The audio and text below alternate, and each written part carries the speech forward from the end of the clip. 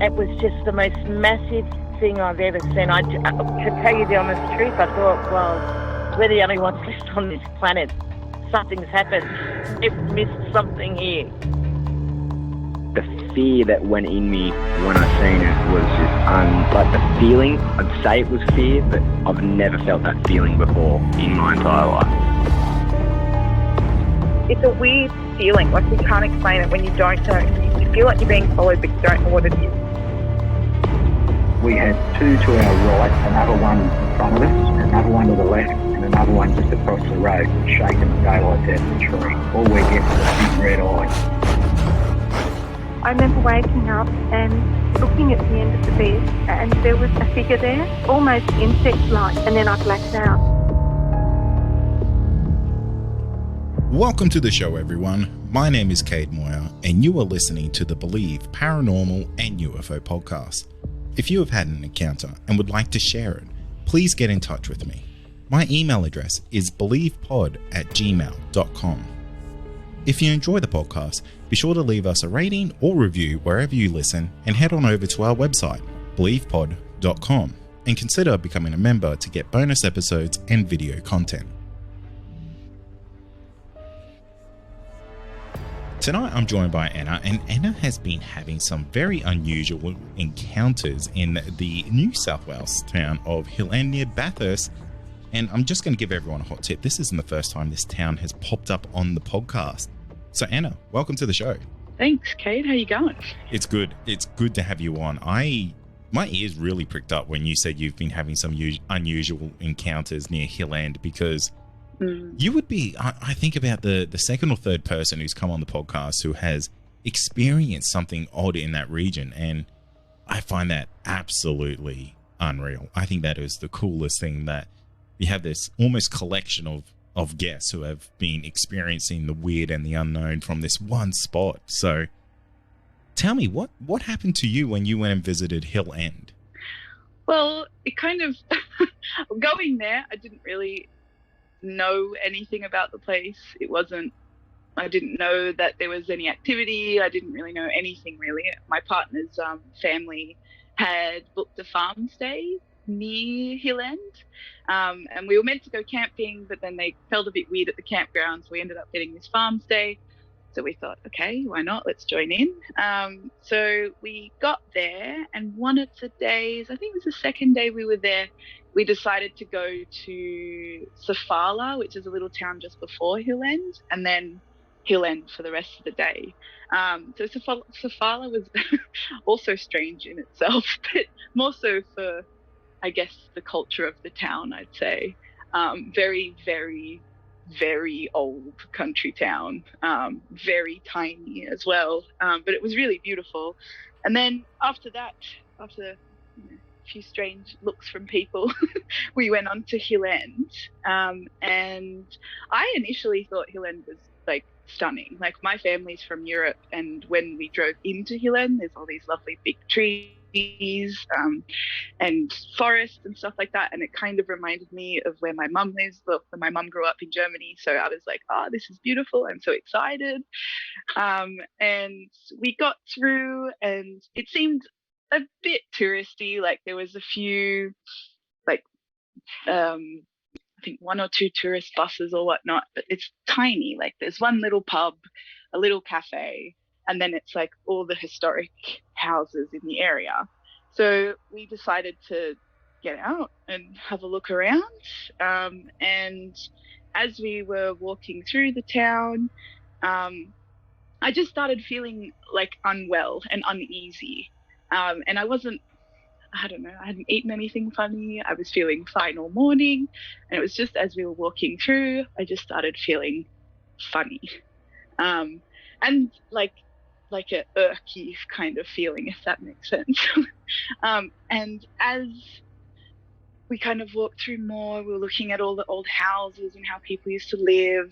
And I don't know if I said, but it's an old gold mining town. So they're talking about all the pioneers and how people used to live there. And it was fairly interesting, but the deeper that we got through the town, the more and more uneasy I felt. And the more I felt like I really just wanted to get out of there, which was not the nicest feeling, I can't say. But anyhow, we decided to go to the pub and try and get some lunch, and that didn't really go down so well. So we decided to leave. And as we left, again, sitting in the car, I was feeling pretty uneasy, and it was just progressing throughout the day. And we ended up dropping back into Sofala, still feeling unwell. Then I popped, when we went home, or to the pharmacy, I should say. And I decided to go lay down, and I ended up falling asleep. And it would have been maybe, I don't know, 5, 6 o'clock in the afternoon, which is not normal for me. Generally up pretty late. And then I had a bit of an uneasy sleep, but fairly normal. And then at 3 o'clock in the morning, I was jolted awake. And I think I mentioned in my email, I've had a few paranormal encounters before, and they usually happen around that 3 o'clock, 3:30-ish mark, which I guess is pretty typical. But as I jolted up, I was like, looked at the time and was like, oh no. And it's just already had that uneasy feeling, but definitely amplified. And then as I was kind of sitting myself up, I started seeing in my mind's eye, like all of these negative experiences that had happened to me personally. And whether that be like trauma or just general bad experiences that you wouldn't want to have flashing before you at all. I don't think anyone would ask for that. But they were all rushing at me, like sitting there kind of a bit stiff and a bit terrified, and all of these things were just flowing through my brain. And I was just like, what is going on? And like, I remember I started to get quite upset because I couldn't control it. I couldn't stop it. I couldn't say, I don't know, I couldn't do anything about it. Like, it just kept going on, and no matter how much I wanted to think positively or go and, I don't know, do something to shake it off, it just wouldn't go away. It was like it almost, how do I explain that? It just took over. Like, I just could not get out of it. And then as I was starting to cry and starting to get quite upset and starting to breathe quite heavily because I was just scared at that point. So I didn't know what was happening to me. And then in the corner of my eye, in my peripheral, it's giving me goosebumps thinking about it again. But there was this black figure, total shadow. And this is probably a more lighthearted way of looking at it, but if you guys watch The Mighty Boosh, the figure kind of reminded me of the spirit of Jazz. He had that long, dread, kind of stringy hair, really tall, and he had a hat on. And it was all shadow except for his eyes, and they were just piercing white, like totally white. And he was standing in my peripheral, and he would not let go. Like, it was like he had this grip on me, and he was trying to take me down mentally, and it's just a bit goosebumpy. But it was really quite scary. Like, I've had other encounters before with human spirits, and they've always been lighthearted, or they've had a certain feeling about them, but they've never felt bad. They've never felt like they're trying to hurt me. They've never felt like they have some sort of grip on me. It's almost like they're a friend. They're saying, hey, and then they're off they go. This was totally not human at all. And not only was it not human, it had its full intent on me, and it would not let go of me. And I didn't know how to get out of it. Like, I was really terrified, and I haven't really been that terrified before.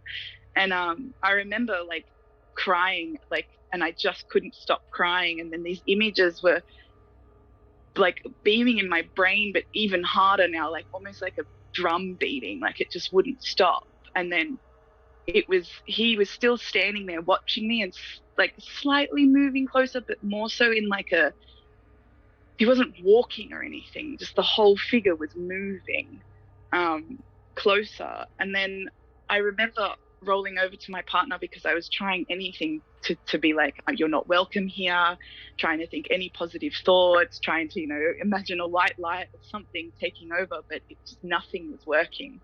And I remember waking up my partner and he was really confused because I was crying and freaking out. And he was like, okay, just come here and I'll hold you. So he grabbed me and held on to me for, I don't know how long it was, but it felt like a really long time. And I could still feel this thing just totally gripping me, like couldn't get away from it. And it's some time had passed. I'm not sure how long. I didn't really take much notice of the time when it was happening. But then I kind of felt this sense of relief, like this heaviness had gone or the blackness had gone. And I kind of rolled around to where he was and he was no longer there. Which I was like, okay, like I'm safe, it's okay, nothing bad has happened, like I'm here, it's all good, trying to make some sort of sense out of the whole thing. And then I vividly remember when I eventually got to the point where I was like, I'm okay, it's okay now, he's gone now, all the sound came back. And I mean, we were staying at a farm stay, so there was animal noises, there was bush noises, there was car noises because there was the highway just up the road from us. And I didn't even realize at the time that there was no sound. And then I just remember this like really loud whoosh of all the background noise coming back. And I was like, oh, that was something else.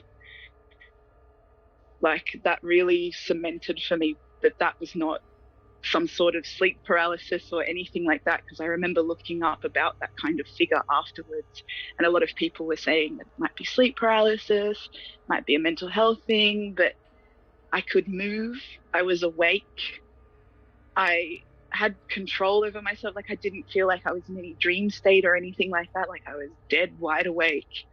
And yeah, the whole sound thing really cemented that for me. But yeah.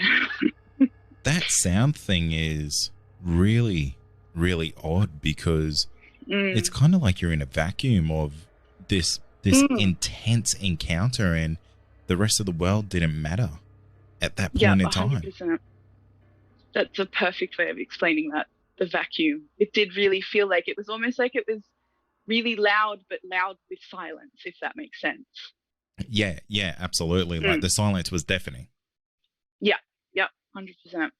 I have so many questions because this would have been an absolutely terrifying encounter because, you don't have control over what's going into your mind. And, I can say, geez, that would have been terrible, but I can't even imagine that.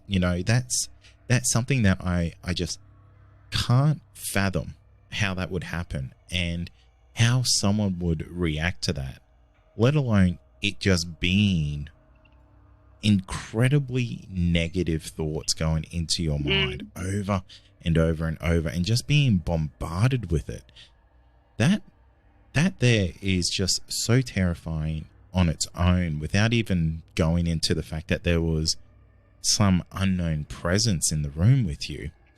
What was going through your mind? Like, were you able to kind of in that moment, were you able to, I guess, fathom what was going on, kind of understand the situation, or was it really all just a bit of a sensory overload? Well, I knew that it was something bad, if that makes sense. Like I said, I've had other experiences and they've always had a particular feel about them, or they've just never been negative. And they've never had like a mental grip or anything like that. It's just been an experience. And then afterwards I'm like, oh, okay, that happened. Now I can make sense of that. But this, I knew from the get-go that something bad was happening, but I didn't know what, the fact that I couldn't control what was going in my mind, that really scared me. Like I just remember sitting there and trying anything and everything to just block that out with some sort of positivity or some sort of anything, really. And it was only until, my partner kind of took over that I felt a little bit more safe, but I felt like if I was alone in that, I wouldn't have been able to overcome that. Like, that's how intense it felt. How long do you think it was going on for? It almost sounds like this was going on for, quite a while, like minutes of just pure terror. Yeah, and it felt like that too. Like, and I remember when I came round, it would have been like, gosh, I would say somewhere around, like, when I started to look at the clock, it was somewhere, quite close to 4 o'clock in the morning. So this was quite a long ordeal until I looked at the clock, basically, from when I woke up. And when I say I woke, like, I was very much jolted awake. Like, I wasn't dreaming anything funny or anything like that. And then I just remember looking at the clock, 3, and kind of having in the back of my mind, like, oh no, here we go. Yeah, nothing good ever happens at 3 a.m. Exactly. So I was like, oh no. And then, but I, sometimes I wake up at 3 and there's nothing and it's fine and it's not a problem. So I was just like, okay, maybe it's not a thing. And then all of a sudden it just hit me out of nowhere. And like, I would say it would have been a good few minutes or so that I was definitely in that grip. Yeah. How long into this experience was it before your partner started to intervene with what was going on? Because I'm really interested to hear what his perspective really would have been from this, because it would have been really thrown out by just being asleep, and then you're having this essentially potentially an attack happen to you. Yeah. Yeah, I just remember he was very confused because I kind of like was touching, like trying to grab him. And I remember, like, because I was crying quite a bit, but I was trying to be quiet at the same time because his parents were in the room next to us. So I didn't want to like alert anyone. But at the same time, it started getting to the point where I was like, I can't control this now. Like, I need to do something. And I remember trying to grab onto him, and he must have, luckily it woke him up. And he rolled over and he was so confused the whole time, just being like, what's going on? Like, are you okay? What's happening? And I just kept being like, I don't know. Just be here. And afterwards, like, I told him what happened and he was quite taken aback. Like, he was like, that's quite scary. And I was like, yeah, it was. And then telling him about the sound thing as well, because he didn't see anything, didn't experiencing anything per se. He's just watching me in this state. So I think he was more concerned and confused than anything else. Yeah, because that was actually going to be my next question, is the fact that you woke him up. I was wondering if he was able to, I don't know, experience the same thing that you were, or at least witness something causing this. And now, a quick word from our sponsor. Also, are you wanting more content? Why not become a Believe Plus member? You'll get access to exclusive podcasts and episodes that aren't available to the public. Not only that, you'll also get our regular feed without any ads. Head to believepod.com/plus to sign up today for just $5 a month. No, you didn't see anything. It was definitely just me. Because he's here, and I've had other experiences where I've helped other people in our room or whatnot, and he's not seen anything that I have. Yeah, it definitely seems like you have some sensitivity to the to that type of thing going on in your life, because the fact that you couldn't have control over these thoughts, was that something that you were, and excuse me if this is the dumbest question in the world, but were you trying to stop the thoughts? Like, was there, I don't know how to say this, like put up a mental block? Yeah, like I just, I remember a while ago when I had another experience, and that was more human and nothing particularly bad or anything like that. But I remember I went to a few different people who are kind of well versed in these things and how to deal with them and whatnot. And I said, how can I kind of move forward in a respectful way and not, I don't want to offend any of the spirit or whatnot. but I also want to just move forward, and they always suggested, saging and asking politely, thank you, but your presence is not welcome here, and offering different modes of, I guess, letting them pass through. So I tried that. Obviously I couldn't sage at the time, but I was trying to say things like, you're not welcome here. And then I was trying to think of positive things in my life to try and like counteract the negative stuff. But it was like, and like I've had, everyone gets a bit depressed sometimes. And that's kind of, I guess it was kind of like that, but like on overdrive, like it just wouldn't stop. And it didn't matter what I thought or what I did or what I said or anything like that. Like part of me also was thinking, don't cry, don't show it that you're being gripped or whatnot. But it kind of overcame me. Like it was almost like it was pulling it out of me, if that makes sense. But yeah, it was really difficult to try and get it to stop or to, yeah. It's really, really concerning because it's almost like this thing.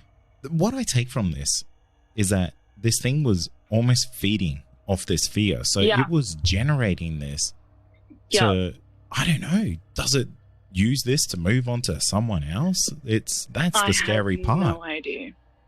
And it 100%, hey, like it did feel like it just had me in this grip and I could not, I just didn't know what to do. And I've never really been in anything like, I don't think anyone really, like, it's not really a common experience, I wouldn't say, but it was just so strange because it's like nothing I've ever felt before. And I just I just felt very helpless in part of it. Yeah. And the thing is, like, not only is these thoughts being projected into your mind terrifying and unpleasant and sad and all those emotions, but while you're going through your encounter there, I kind of googled the spirit of Jazz from the Mighty Boosh, and this thing looks like a straight up voodoo witch doctor. Yeah, so it was more so I mean that's probably a bit of a silly analogy, but I'm just trying to make it a little bit more lighthearted. But it was that kind of shadow figure, like I guess the shadow of that. Like I just clearly remember it being all black, very tall, very large, like just really tall. And then I remember it having stringy or like dreadlock kind of hair as the shadow coming down from its, like, I guess the nape of the neck down past the shoulders, and then this hat, and then just piercing white eyes, and everything else was black, but it was just piercing white, and it just had that kind of grip on me. And I knew that, like, I couldn't see anything in the eyes, if that makes sense, but I knew that it was watching me. I didn't realize this thing had a hat on. Yeah, it had a hat on. Have you heard of the Hat Man? Yeah. Yeah, I have. Yeah. So I had a few, like I guess I went to Reddit after this experience because I thought maybe Reddit is kind of credible. Not so much. I don't think I got the best, I guess, opinions out of that. A lot of people just said that it was sleep paralysis, but I was like, no, I was definitely awake and I could definitely move. And it was, I just, trying to explain that on Reddit, I don't think was the best idea. But yeah, they kind of put me on to Shadow Men and then the Hat Man, but I didn't look too much into it. I just remember reading about the Shadow Men, and it didn't really quite fit in with what I'd experienced. Yeah, what you've experienced is it's its own kettle of fish. Like, I've never heard of anyone having that type of encounter before, and I couldn't even, I guess people would even have trouble explaining that to someone, to say I was having thoughts projected in my head that weren't mine, or they were mine, but I wasn't thinking them. Something else knew I had these. That there would be so difficult to explain to someone, and to you really couldn't tell anyone who wasn't into this type of thing about that No. because, I mean, Definitely not. they would. I don't mean to offend, but No, people might think they think I'm a bit nuts. yeah, exactly, because Yeah, 100%. Yeah. it's something that is just so unique that you just couldn't talk to anyone about that. Is that something that you've had difficulty with? Yes. I mean, actually, yes and no. Like, a lot of people, I guess, are like, that's strange.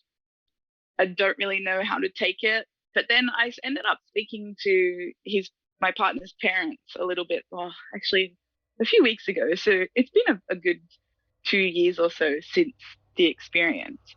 And when I was talking to them, they were like, oh, that's strange because that night we had quite a negative feeling in the end of the house, and that's where the bedrooms were.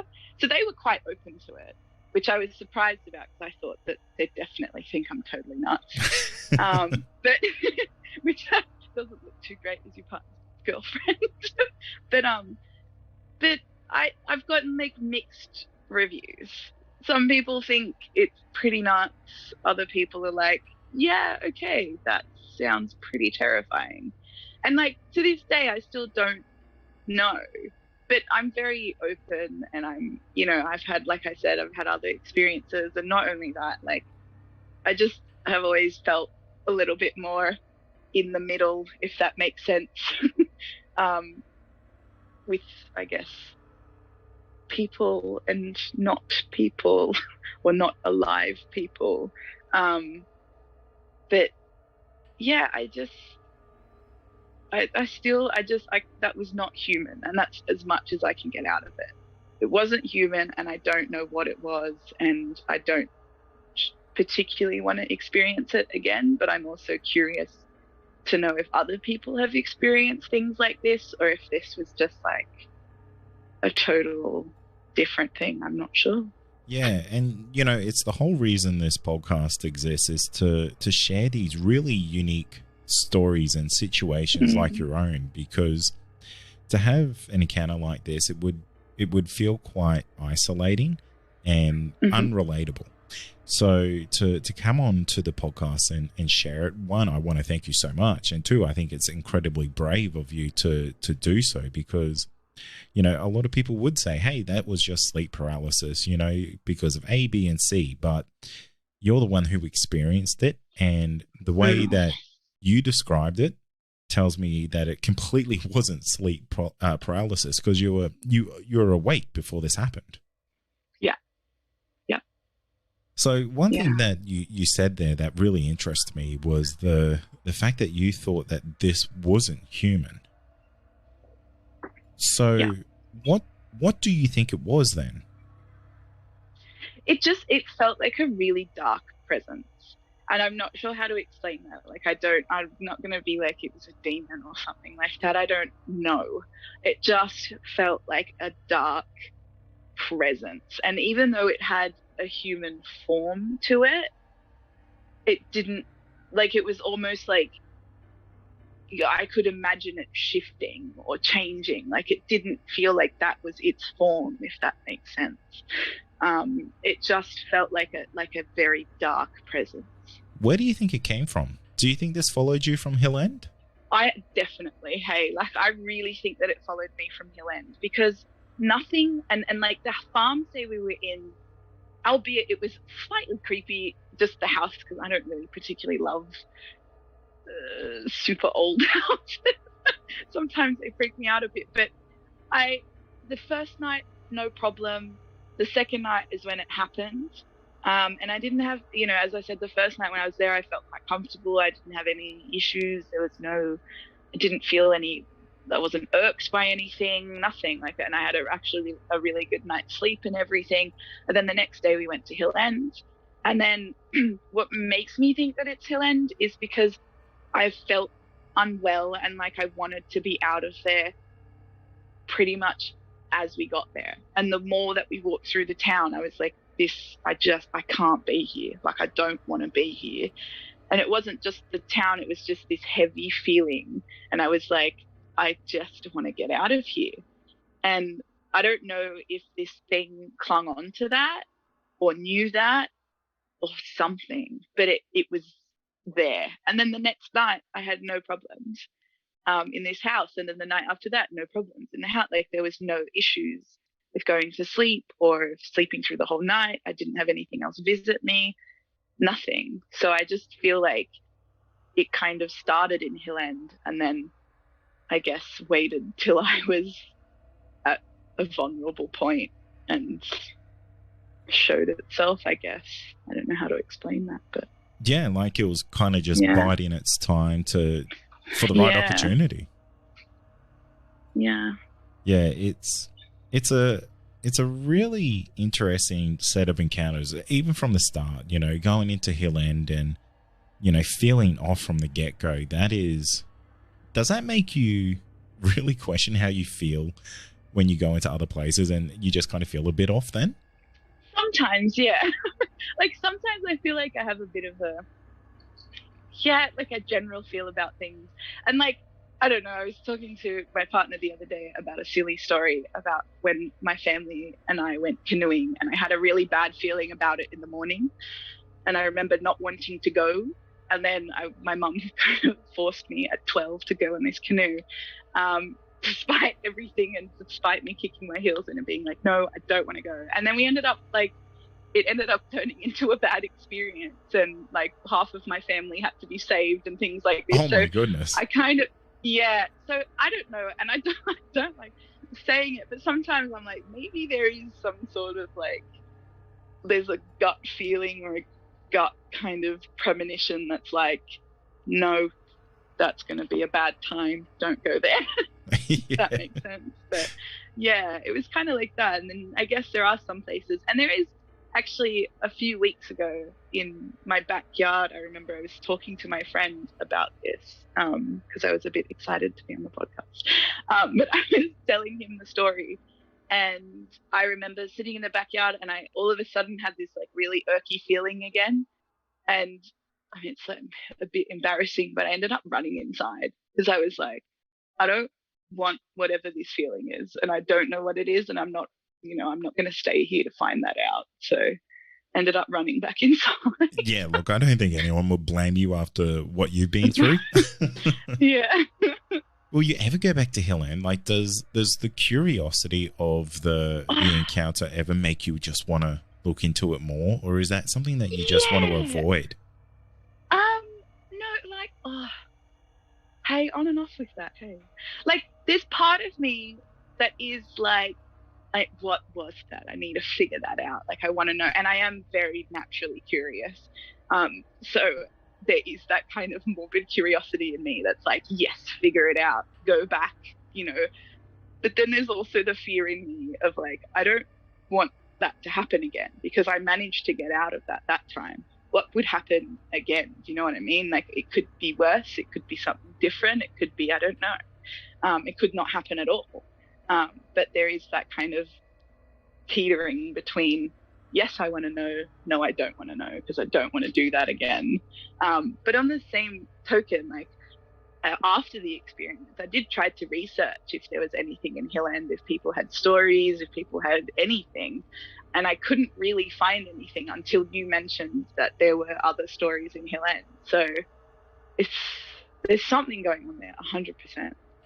It's just a strange place. It really is. And the problem is that it's such a little town, and, you know, people in small towns, they don't talk about this stuff, which is really unfortunate because, you know, like I said earlier, I've had people come on the podcast talking about Hillend, and they've seen flying humanoid creatures there, and they've seen, you know, UFOs and weird lights and things like that. It's this weird little pocket of activity, and, you know, the people who have experienced these things, these are, I would say, very seasoned people of the paranormal, and it scared the crap out of them. Like, they don't want to experience what they experienced ever again. And you know, it makes me wonder, like, what is going on in that town, because Hillend is this tiny little, like, gold mining town that would just have decades of not even decades, probably centuries of history there. And I want to know what's going on there, because I think there's some small town secrets going on.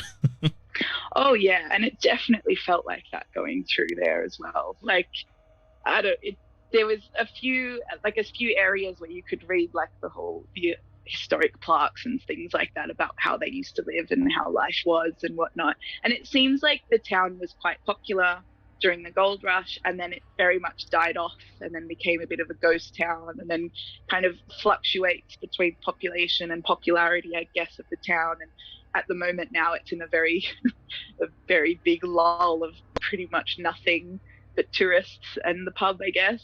So I don't know, I feel like stuff like that, like I'm a firm believer in energy and how that affects a place and how a place can hold so much. And I feel like during the gold rush especially, and during gold mining times, I guess, there are a lot of like accidents and deaths and things that happen, and poverty and people making it big and then losing it and stuff like that. Like I feel like these places hold on to that, and it just feels like there is a very rich history to that place, but also dark. Yeah, I agree with absolutely everything you said. Honestly, I couldn't say it any better than what you did, because like you said, there's just so much that has gone on in that town, and so many people would have just passed through it throughout the centuries. And I think there's a lot of secrets there that are yet to be discovered, and hopefully we get some people who have passed through Hillend and might be able to shine some light on potentially experiences like yourself, because I would even love to go to Hillend once all this craziness of the world kind of dies down, because I think there's a bit of activity going on there. I think it's a bit of a hot spot. Yeah, it definitely feels like that. And like, even saying that, just to lighten the mood a little bit, Hilland's actually quite beautiful. Like the actual landscape and scenery and all the bushwalks and all the old gold mines and stuff that they still have dug out are gorgeous. Like, so pretty. But it's just unfortunate that the whole place feels funny. Yeah, I've done some Googling of the place, and it looks amazing. Like it just looks so beautiful out there. So if anything, go out there, look for some scary fun, and just look at some beautiful scenery as a runner-up prize. I mean, nothing wrong with that silver, that's for sure. Well, Anna, I want to thank you so much for coming on the podcast. You've been a fantastic guest, and I want to just thank you for coming on and share that encounter that you had in Hillend and how it potentially followed you home. Yeah, I hope not. Hey, I live pretty far from there now, so we'll just keep that at bay. But thanks for giving me the space to actually, put that story out there, as nuts it might sound to some people. I feel like this space is quite open, and I feel very honored to be part of that and to be able to share that. So thank you. Thank you for listening to this episode of the Believe Paranormal and UFO podcast. If you have had an encounter and you would like to share it, please get in touch with me. My email address is believepod@gmail.com. Finally, don't forget to follow us on all our social media outlets, and be sure to join our Discord server to talk to other listeners of the show. You'll find all these links in our show notes. Thank you.